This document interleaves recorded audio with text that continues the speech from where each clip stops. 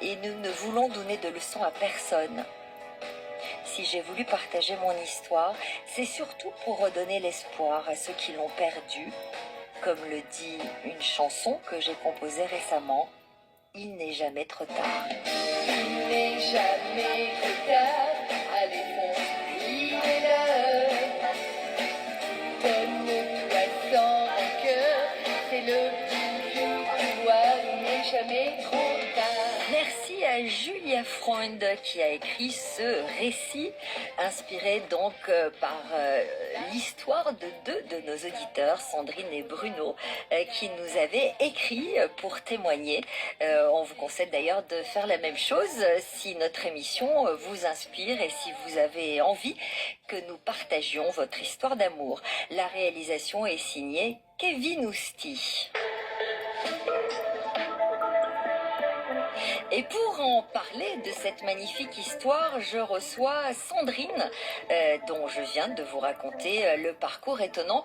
Bonjour Sandrine, merci d'être avec nous. Bonjour Sophie, c'est un réel plaisir de vous entendre au téléphone.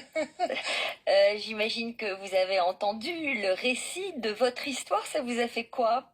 Ça m'a énormément touchée et mon mari est juste à côté de moi, il a entendu un petit peu et ça l'a énormément touché également. Ça nous a touchés tous les deux, voilà. Vous étiez d'accord pour nous écrire, pour écrire à Europe 1 ? Vous étiez d'accord tous les deux ou c'est votre propre initiative ? C'était un accord tous les deux. On était d'accord tous les deux pour faire cette histoire extraordinaire. Pourquoi avez-vous souhaité partager votre histoire ?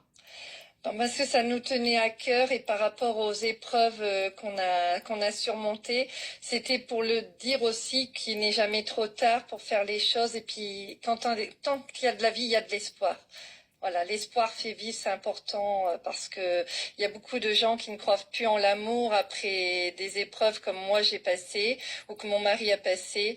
Et c'est vrai que je trouve qu'il fallait en parler. C'était important pour nous de le dire. Alors tous les deux, vous avez eu des parcours particulièrement difficiles. Vous croyez que cela joue dans votre histoire ? Oui, ça vous a rapproché ? Oui, ça nous a rapprochés. Voilà, on avait vécu des choses similaires. C'était comme si c'était écrit dans l'histoire. C'est ça qui est étonnant.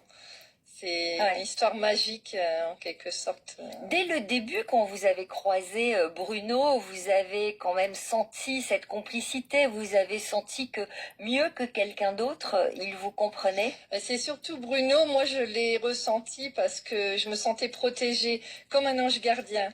Mais je sentais que j'avais pas mal de... C'est vrai qu'on avait une grande complicité, même en tant qu'amis. C'était énorme. Je lui confiais tous mes secrets, tous mes soucis. C'était incroyable. Alors on a compris que vous l'avez trouvé bel homme, pas tout à fait du même âge que vous, mais avec un joli regard bleu. Qu'est-ce qui a séduit Bruno chez vous ? C'était sa beauté, son rayon de soleil, quoi, tout simplement. Oui. Et sa voix, c'est important la voix. Sa voix, oui, bien sûr, sa voix, tout à fait. Elle avait une voix magique, quoi, qui m'a fait... Et j'étais troublé. Sandrine, vous dites que Bruno vous a été envoyé par votre mère. Oui, parce que comme depuis très jeune, j'ai des ressentis et ma mère a toujours été présente depuis qu'elle est décédée. Et c'est au moment où vraiment j'ai vécu les pires cauchemars de ma vie que Bruno est arrivé dans ma vie. C'était en fait quand j'allais à Valenciennes pour donner mes cours de chant, c'était ma bulle d'oxygène. Vous avez en plus tous les deux des soucis de santé, voire handicap à surmonter. Est-ce que vous pensez qu'il est plus difficile de trouver l'amour quand on est dans vos situations ?